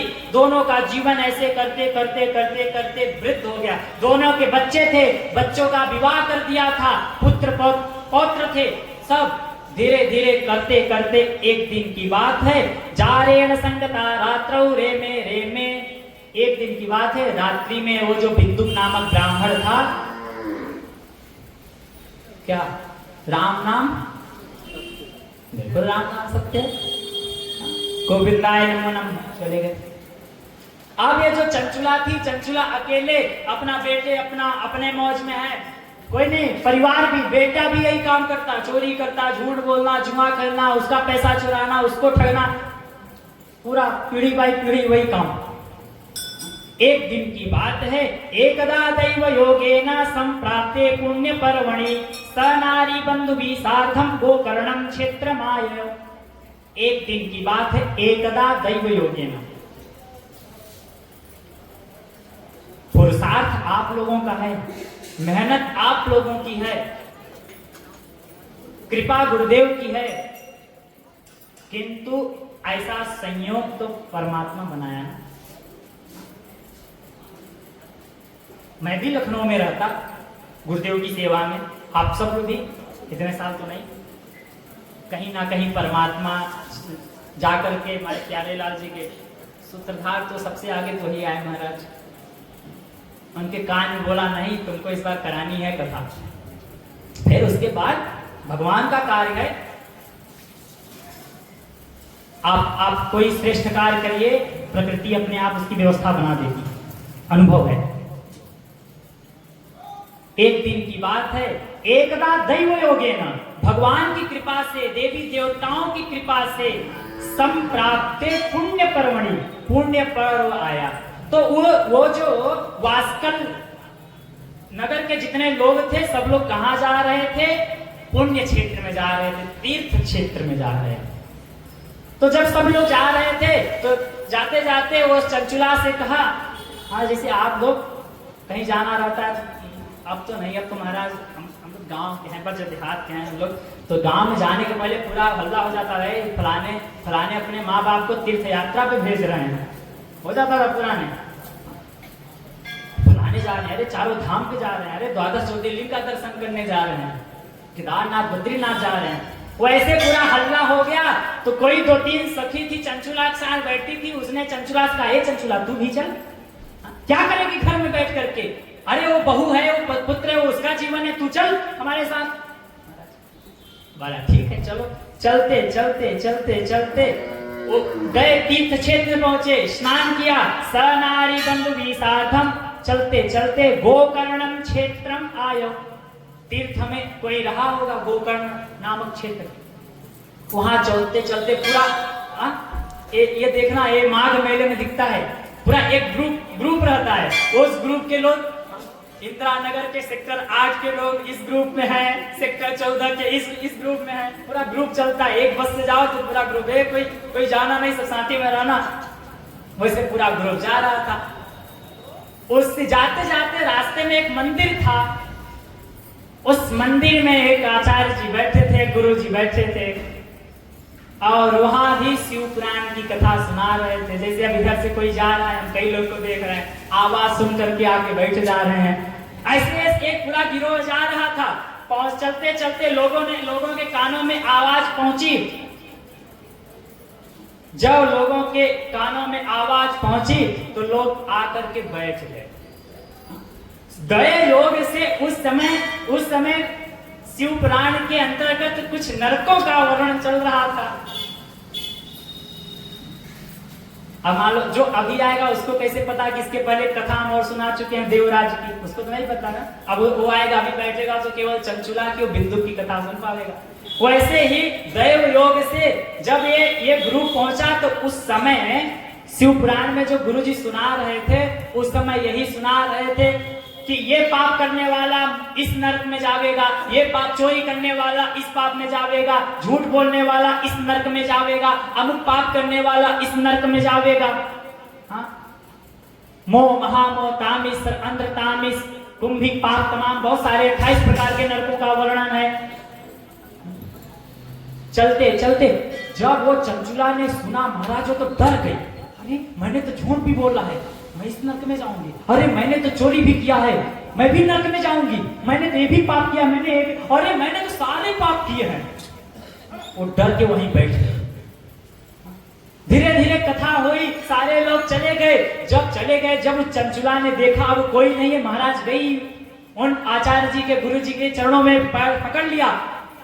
महाराज ये जो आपने अभी सुनाया क्या सच में सुनाया? क्या ये सच लिखा है कि ये पाप करने वाला इस नरक में जाएगा, अमुक पाप करने वाला इस नरक में जाएगा? उन महाराज जी ने कहा हाँ देवी बिल्कुल ये सत्य है। चंचुला ने कहा महाराज वो रोने लगी, अपना सर पटकने लगी, मैंने तो पूरा जीवन पाप ही किया है, इसका मतलब मैं भी नरक में जाऊंगी। तो उन आचार्य ने कहा नहीं देवी, अगर पाप का वर्णन किया है तो पाप से बचने का भी वर्णन किया है।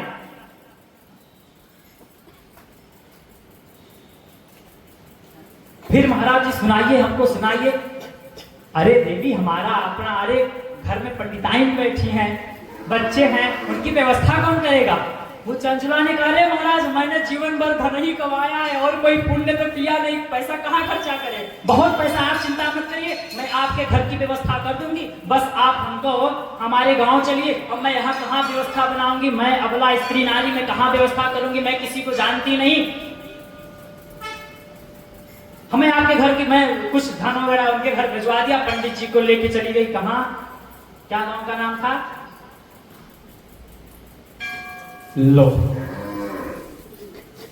नहीं बोल रहे, देखना पड़ेगा,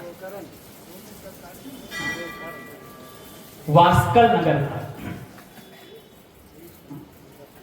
पहुंच, आप सारी व्यवस्था कर दिया, पंडित जी कथा सुनाने लगे, सुनाते सुनाते सुनाते एक दिन बीता, 2 दिन बीता, उसका और मन पवित्र और रुचि बढ़े और रुचि बढ़ते, करते करते 7 दिन बीता, हवन वगैरह हुआ, पंडित जी अपना बोरिया बांधे चलने लगे। चंचला ने कहा, कहाँ महाराज, अरे देवी तुमको सुना तो दिया, मेरे बच्चे मेरा इंतजार कर रहे हैं। उसने कहा, महाराज मैं फिर से व्यवस्था कर, महाराज आप फिर से मुझे कथा सुनाइए, मैं और कहाँ जाऊंगी, किम करोमि को गच्छामि कम वा शरणम आश्रय, मैं कहाँ जाऊं, किसके शरण में जाऊं, किससे बोलूं, क्या करूं। हाँ, जब महाराज चलने लगे, नहीं मानत करे, त्वमेव मे गुरुर् ब्रह्मा त्वम माता त्वम पितासि च, आप ही मेरे गुरु हो, आप ही मेरे माता हो, आप ही मेरे पिता हो, आप ही मेरी मुक्ति करा सकते हो महाराज। आचार्य जी ने देखा, लगता है वाकई में इसके अंदर जिज्ञासा है, वाकई में श्रद्धा भक्ति वैराग्य है, जैसे आप लोग बैठ के पूरा का मन लगा कर सुन रहे हैं जी आप लोग।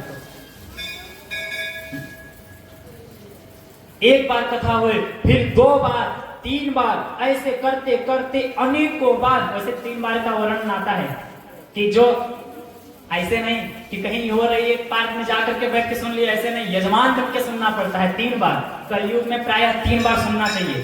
3 बार भागवत सुनो, 3 बार शिव पुराण सुनो, 3 बार देवी पुराण सुनो, 3 बार अमुक पुराण सुनो, तब जाकर के पूर्ण होता है। 1 बार, 2 बार, 4 बार, 10 बार सुनते सुनते सुनते सुनते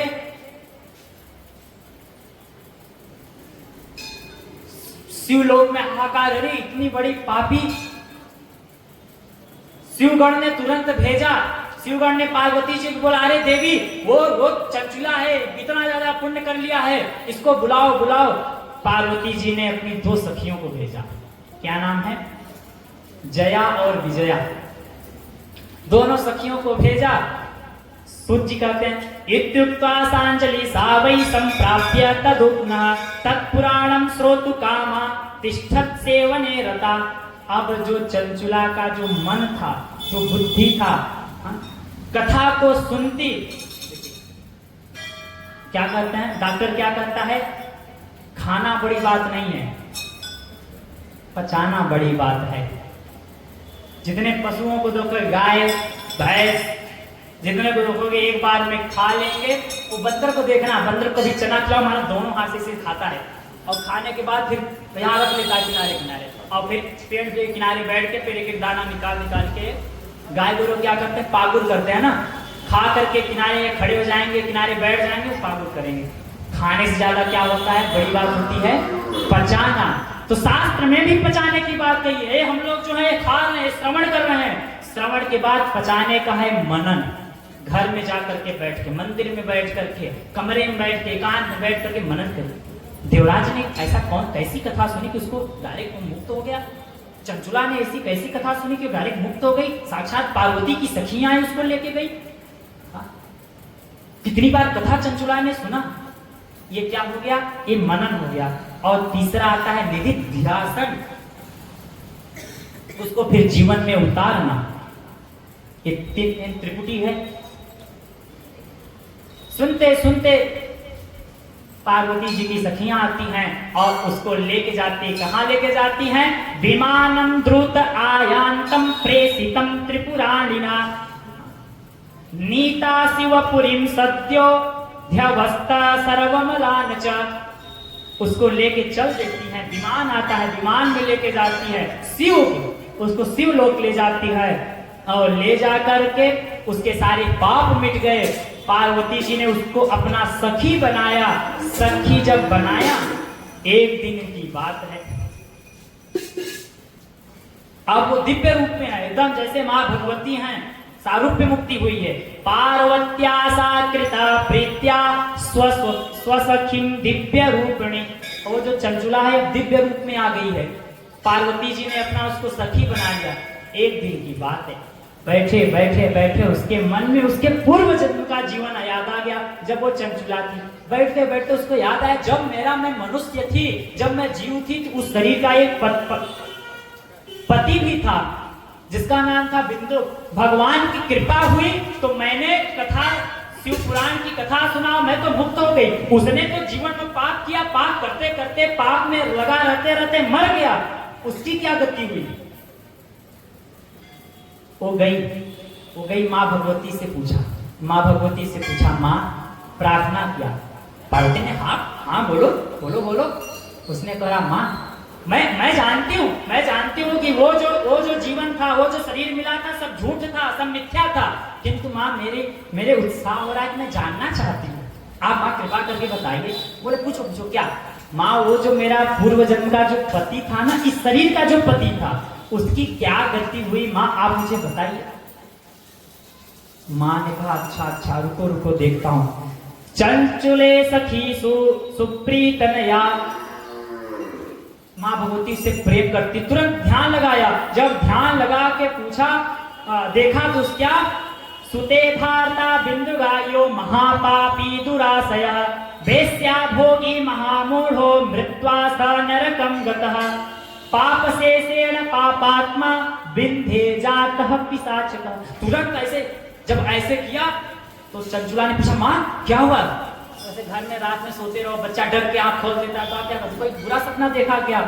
वैसे माँ ने देखा, माँ ने कहा अरे चंचुले बच्ची मत पूछ बेटी। जब मना करो तो और जिज्ञासा उठती है। ये मनुष्य का स्वभाव है। जब जिस चीज के लिए मना करो ना, वो छोटा बच्चा उसको कुर्सी पे चढ़ने के लिए मना करो तो बार बार कुर्सी पे चढ़ता है। उसको बार बार वो बटन वगैरह दबा, मत ना दबा, बल्ब फ्यूज हो गया हमारा हो जाएगा, फट फट फट फट, बार बार ऐसे करेगा। ये जीव का स्वभाव है। जो बार बार पूछी तो कहा अच्छा, अरे चंचुले बेटी, वो तो पाप से पापमा, इतना पापी था कि विंध्य पर्वत पर बहुत बड़ा पिशाच बना है। इतना बड़ा पिशाच बना है कि जीव जंतु जानवर को खाए तो खाए, यहाँ तक वो साथ सीधे आदमी को खा जाता है।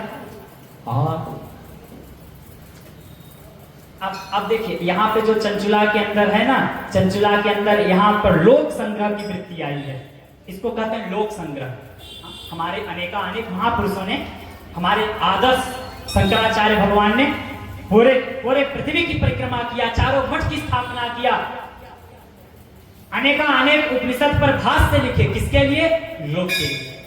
मेरे पूज्य दादा गुरुदेव पूज्य स्वामी चिन्मयानंद सरस्वती जी महाराज, मेरे पूज्य गुरुदेव भगवान। हाँ, ये क्या है? ये लोक संग्रह की वृत्ति है। मैं तो मेरा तो कल्याण हो गया है, किंतु और जो समाज है ये क्या हो गई? ये लोक संग्रह की वृत्ति है। रमण महर्षि हैं, शंकराचार्य जी महाराज है, गोविंद पादाचार्य जी महाराज है, वल्लभाचार्य जी, रामानुजाचार्य, रामानंदाचार्य जी, अनेक जितने भी महापुरुष हुए, सबके अंदर लोक संग्रह की वृत्ति होती है। अपने लिए नहीं, किसके लिए? जग हितार्थाय।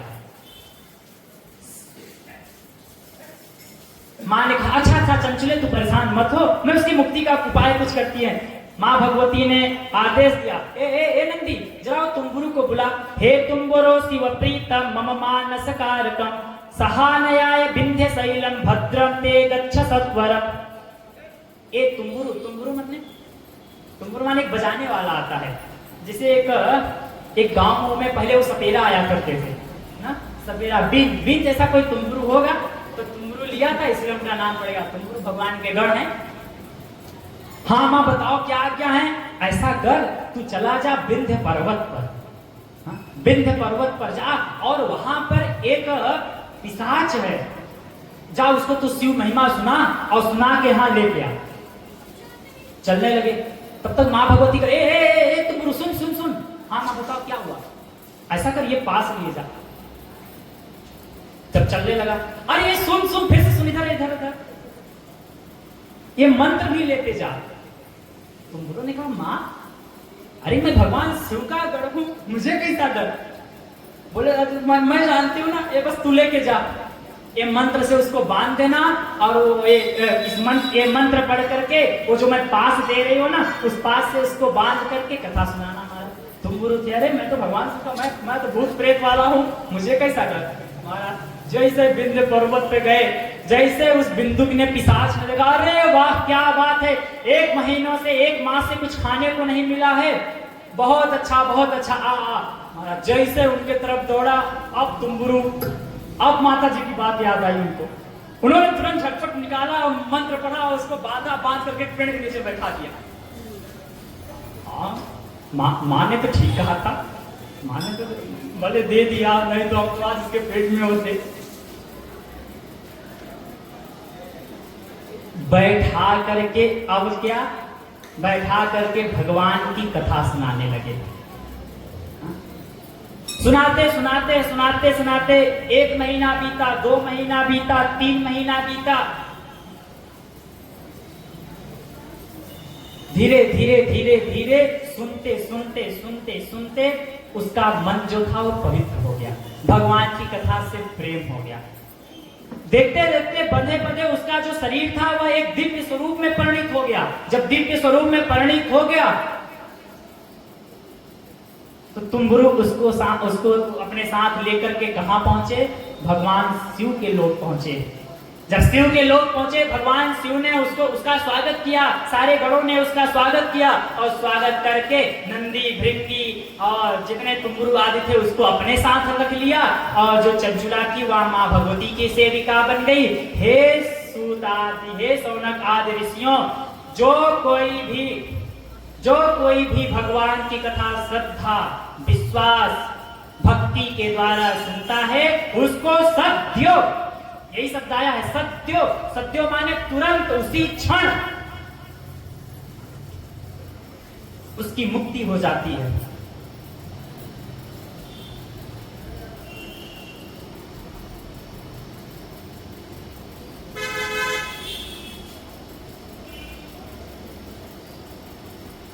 हे सूत जी महाराज, कैसे श्रवण किया, तो मुझे भी सुनने की इच्छा है। आप लोग को भी मुक्त होना है कि नहीं? नहीं मुक्त होना है, हमें आवाज नहीं, हमारे पास कान होना है। अच्छा देखो, मैंने माइक बंद कर दे रहा हूँ। हमें तो बंद ही नहीं हो रहा है, बंद हो गया। हमें मुक्त होना है, हमारी आवाज आएगी नहीं सब तक। मैं अकेला हूँ, पूरे मंदिर प्रांगण में मेरी आवाज जा रही है। आप 60-70 लोग तो बैठे ही है।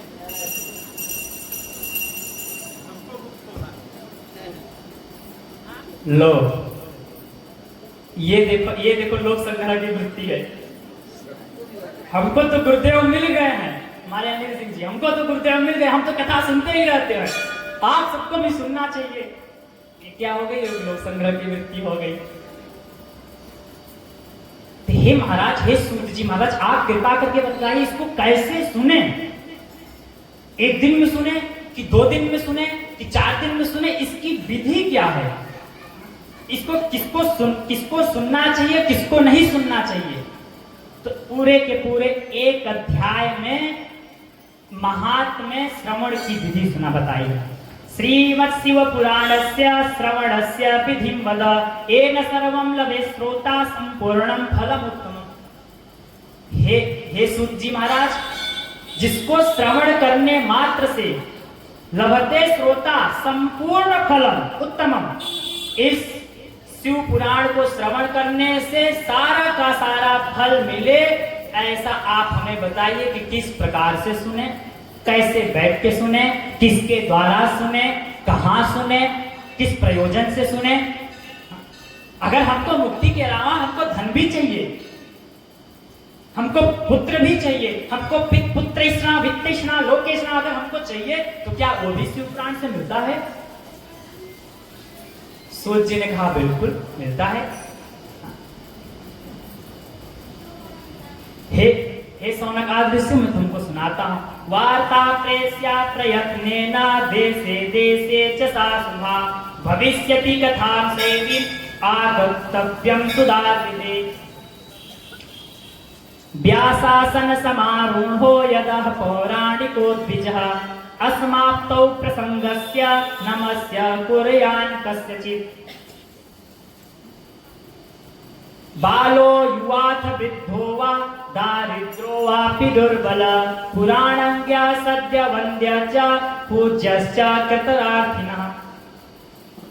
ये बताया वक्ता कैसा हो और श्रोता कैसा हो। अब तीसरा बता रहे हैं कि कथा किसको नहीं सुनानी चाहिए। दोनों चीज का वर्णन किया है, किसको सुनानी चाहिए किसको नहीं। अब माइक लगाया, आवाज तो सब जगह जा रही है, पर किसको नहीं सुना चाहिए वर्णन है। देखिए मैं नहीं बोल रहा हूं, क्या वो ये धूर्ता ये च दुर्वृत्त्या ये चाने बिजिगीषवः तेषां कुटिल वृत्तानाम् अग्रे नैव कथे वदेत् कथम्। इन सबको कथा नहीं सुनानी चाहिए। वक्ता का वर्णन व्यास आसन समारूढ़ो, एक व्यास आसन होना चाहिए जैसे यहाँ पे है। व्यास आसन समारूढ़ो यदा पौराणिको द्विजः, कोई श्रेष्ठ ब्राह्मण को बुलाना चाहिए। कौन? जो उस दृष्टांत देने में कुशल हो, कुशल वक्ता हो, अपने उसकी कोई गुरु परंपरा हो, उसको बुला करके उसे व्यास आसन पे बैठा करके वो कैसा हो। यहां पे देखिए उम्र का कोई नहीं दिया है। क्या? बालो युवाथ वृद्धो वा दारिद्रो वापि दुर्बलः, वो चाहे बालो चाहे बालक होवे। दूसरा युवा, युवा माने चाहे वह युवा प्रौढ़ होवे। तीसरा वृद्धो, चाहे वह बुजुर्ग होवे। चौथा दारिद्रो, चाहे वह दरिद्र होवे, गरीब होवे। पांचवा दुर्बल, बहुत ज्यादा हो सकता है उसके शरीर में ज्यादा बल ना होवे, किंतु अगर वह शास्त्र के अनुसार बोलता है, शास्त्र के अनुसार सुनाता है, तो उसके लिए ना उम्र की बात है, ना गरीब अमीर की बात है, ना पहलवान, इससे कुछ नहीं। वो क्या होना चाहिए? भगवान से खुद प्रेम करता हो, भगवान की कथा से प्रेम करता हो, जिसका संपूर्ण जीवन, सारा का सारा मन चित्त, सारा का सारा परमात्मा में लगा हो, ऐसा वक्ता होना चाहिए। श्रोता कैसा होना चाहिए?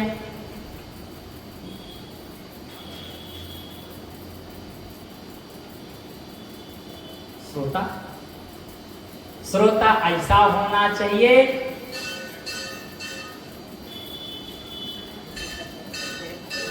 जैसे हमारे इंदिरा नगर सेक्टर 8 के लोग हैं। हम आगे बढ़ते हैं। कथायां कथ्यमानायां गच्छन् यत्र ते नरा भोगान्ते प्रणयन्ति च तेषां दारिद्र्य संपदा। जो भगवान की कथा को सुनता है, कथायाम कथमानाया, भगवान की कथा सुनने मात्र से ना, भगवान तो अच्छा सब मानते हो ना, भगवान सबके अंदर विराजमान है, भगवान कण कण में, ये सब बोलते हो ना, तो फिर आपको भगवान से कुछ मांगने की जरूरत ही नहीं पड़ती है। हम सब भगवान के कौन हैं?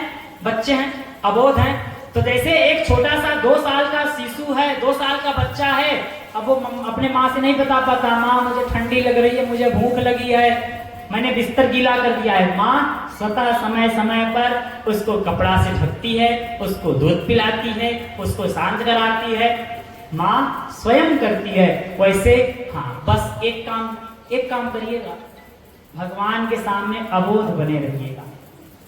अब ना मैं कुछ करता हूं, ना मैं कुछ जानता हूं, ना मैं कुछ देखता हूं, देखने वाले परमात्मा आप, करने वाले परमात्मा आप। मेरे अंदर कोई सामर्थ्य ही नहीं है प्रभु, मैं आपके लिए क्या कर सकती हूं? मैं आपके लिए कभी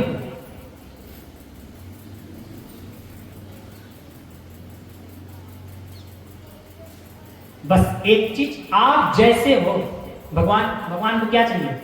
आपका धन चाहिए? अच्छा किसी ने कहा मैंने भगवान के मंदिर में सोने का मुकुट चढ़वाया, तो सोना किसने बनाया? महाराज आजकल एक होता है, हो सकता है इसमें तो ऐसे कोई होना नहीं चाहिए, अगर हो तो भगवान की बड़ी कृपा, वैज्ञानिक साइंटिस्ट क्या करते हैं, उन्होंने एक तरल पदार्थ लिया, दूसरा तरल पदार्थ लिया, तीसरा लिया, थोड़ा थोड़ा थोड़ा एक गिलास में डाल दिया तो कोई नई चीज है।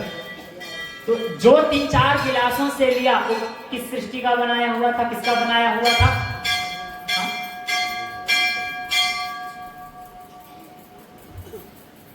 बोलिए वृंदावन बिहारी लाल के।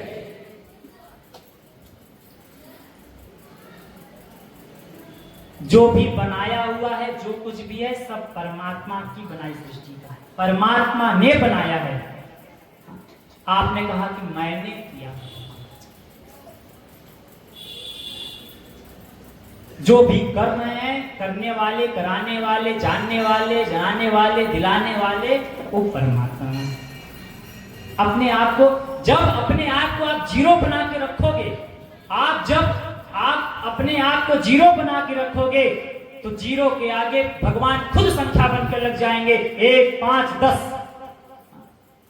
आप बस अपने आप को जीरो बना के रखना। कोई तो ऐसा एक जगह हो, हम परिवार में जाते हैं, हम रिश्तेदारी में जाते हैं, हम अमुक जगह जाते हैं, हम अभिमान के साथ जाते हैं, मैं थोड़ा कुछ विशेष हूं। कोई तो एक ऐसा स्थान हो जहां मैं अभिमान मुक्त होकर के जाऊं। कोई तो एक ऐसा स्थान हो, ना वहां पे मैं धन का अभिमान लेके जाऊं, ना मैं वहां पे पद प्रतिष्ठा का अभिमान लेके जाऊं, ना तो मैं वहां पर बहुत बड़ेपन का अभिमान लेके जाऊं। जीवन में कोई, संसार में कोई एक ऐसा स्थान हो, कोई एक ऐसा स्थान हो जहां पर मैं जीरो बन के जाऊं। वो परमात्मा का स्थान होना चाहिए, गुरुदेव का स्थान होना चाहिए। जब आप बैठ करके भगवान की कथा ऐसे सुनोगे, सुनना चाहिए। अगर थोड़ा कटु शब्द है यहां पर, क्या किया है, कथा बिंदु को कथा कैसे सुनाई है, बांध की कथा सुनाई है ना। तो ये मैं इसको पढ़ करके, गुरु जी की वाणी सुन करके मैं भी दम के साथ कह सकता हूं कि अगर बांध करके भी किसी को भगवान की कथा सुनाना चाहिए तो सुनाना चाहिए। जबरदस्ती भी करनी पड़े। आप जगत में कितना सारा जबरदस्ती करते हो। बच्चा पढ़ने नहीं जाना चाहता, थप्पड़ लगा के बैठ में बैठाते हो। दवा नहीं खाना चाहता, माताएं ऐसे दबाती हैं, देख ऐसे दोनों कान पकड़ेंगे, ऐसे दबाएंगे, लिखो। जब आप समाज में, घर गृहस्थी में जब जबरदस्ती कर सकते हो तो कथा में क्यों नहीं जी? आप कथा में क्यों नहीं जबरदस्ती कर सकते हो? मैं गिनाना चाहूं तो 100 दृष्टांत गिना सकता हूं। कहते हो वो बात नहीं मानता, तो जो ऐसी कथा सुनता है तो महाराज अगर 7 दिन बैठेंगे तो उठना भी पड़ेगा, भूख भी लगेगी, तो ठीक है। जिसके अंदर है, कोई व्रत रह करके 7 दिन सुनना चाहे और बात है।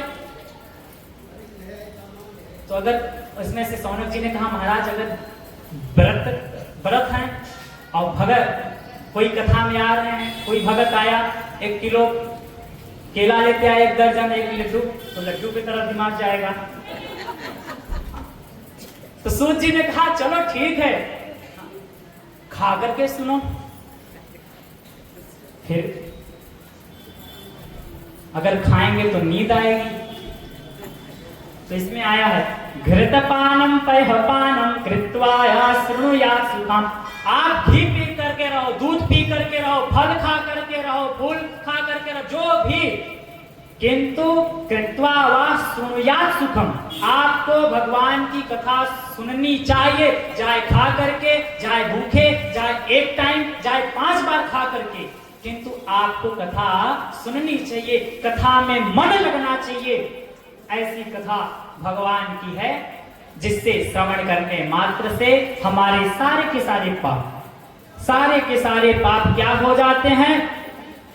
अकिंचनेषु भक्तेषु प्रायो नोद्यपानग्रह श्रवणेनैव पूतास्ते निष्कामा संभवा मता। जैसे भी हो भगवान शिव की कथा सुननी चाहिए। श्रवण करने से हमारा जीवन पवित्र होता है, हमारे अंदर भगवान की भक्ति आती है बिल्कुल। हमारे अंदर सब का है, सब है। ऐश्वर्य, समग्र, धर्म, यश, श्री, ज्ञान, वैराग्य हमारे अंदर सब है। षड ऐश्वर्य बताए गए हैं। षड ऐश्वर्य युक्त भगवान, भग माने भगवान कहते हो ना, तो पहला दो शब्द क्या आया? भग। भग शब्द के 6 ऐश्वर्यस्य समग्रस्य धर्मस्य यशसः श्रिय ज्ञान वैराग्य योश्चैव षड्नाम भग इति रणा। हमारे पास भी ऐश्वर्य है पर थोड़ा है। समग्रस्य भगवान के पास तो सारे सृष्टि का ऐश्वर्य है। धर्मस्य हमारे अंदर भी थोड़ा सा धर्म है, पर हम 24 घंटा धर्म नहीं कर सकते। कभी कभी दफ्तर, कभी रिश्तेदारी, कभी ऑफिस, कभी फलाने जगह। यश हमारा भी यश है। हमारा ना पूरा देश तो हमारे पड़ोसी तुमको जानते ही है। श्री ज्ञान हमारे अंदर भी थोड़ा ज्ञान है, थोड़ा सा तो ज्ञान। वैराग्य थोड़ा सा वैराग्य सबको दिख रहा है। 2 घंटे से सब लोग बैठे हैं यहाँ पे। ज्ञान सब है, किंतु हे भगवान कृपा करो हमारा थोड़ा सा ज्ञान और बढ़े। जैसे कहते हो भगवान 20,000 रुपया कमा रहे, 25-30 हजार रुपया की नौकरी ये मिल जावे। पैसे एक बार कथा सुनने को मिल रही है, अब हर साल मिलती रहे, फिर 6 महीना में मिलती रहे, फिर 3 महीना में मिलती है। जैसे भी एन केन प्रकार है ना, मेरे कहने का मतलब है कि बस मेरा मन लगना चाहिए। इस शरीर का कोई भरोसा नहीं, इस शरीर का कोई भरोसा नहीं। आज है अगले क्षण नहीं। जब भी जैसे भी हमारे मुक्ति का उपाय मिले तो हमको करना चाहिए।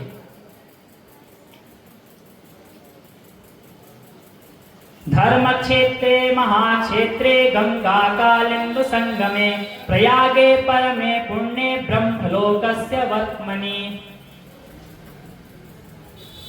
अगर ये हमने कथा सुना, देवराज की कथा सुना, दूसरा बिंदुक और चंचुला की कथा सुना, ये 7 संहिताओं में वर्णन नहीं है। ये 7 संहिताओं से अलग ये है महात्म की कथा।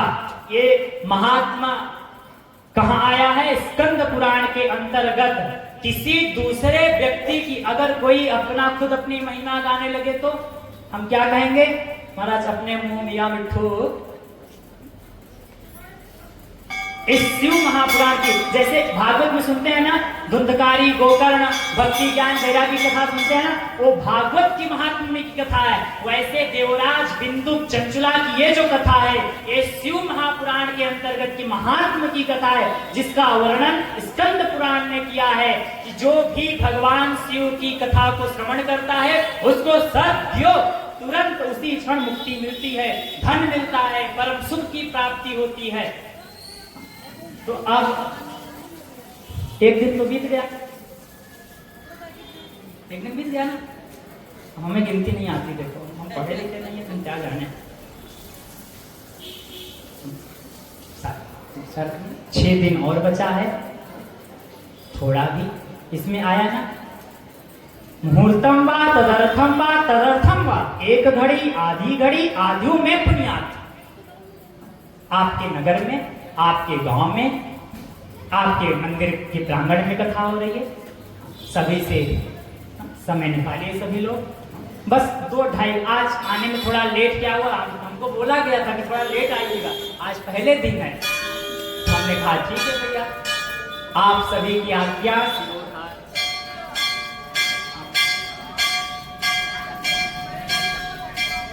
आज भगवान घंटे से ही प्रसन्न हो जाएंगे।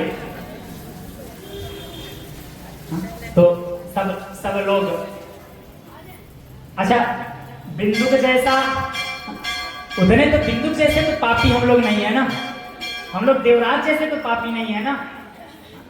बिंदुक ने, देवराज ने तो कभी सुना ही नहीं था, नाम ही नहीं जानता था कि कोई शिव पुराण होती। हम लोग तो एक नहीं, हम तो 18 पुराणों का नाम जानते हैं।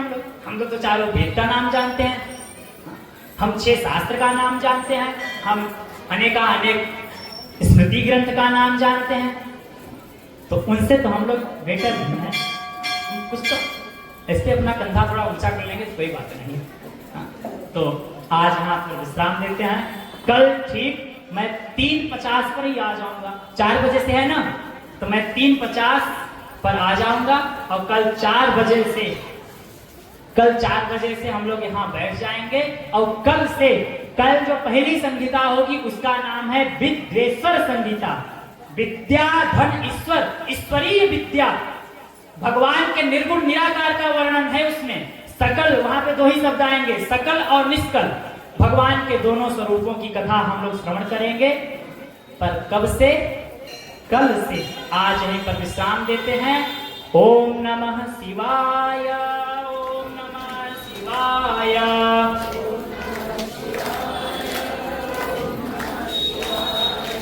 ओम नमः शिवाय, ओम नमः शिवाय।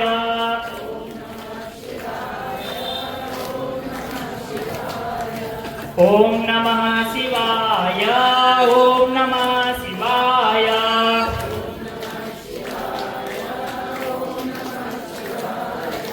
ओम नमः शिवाय, ओम नमः शिवाय।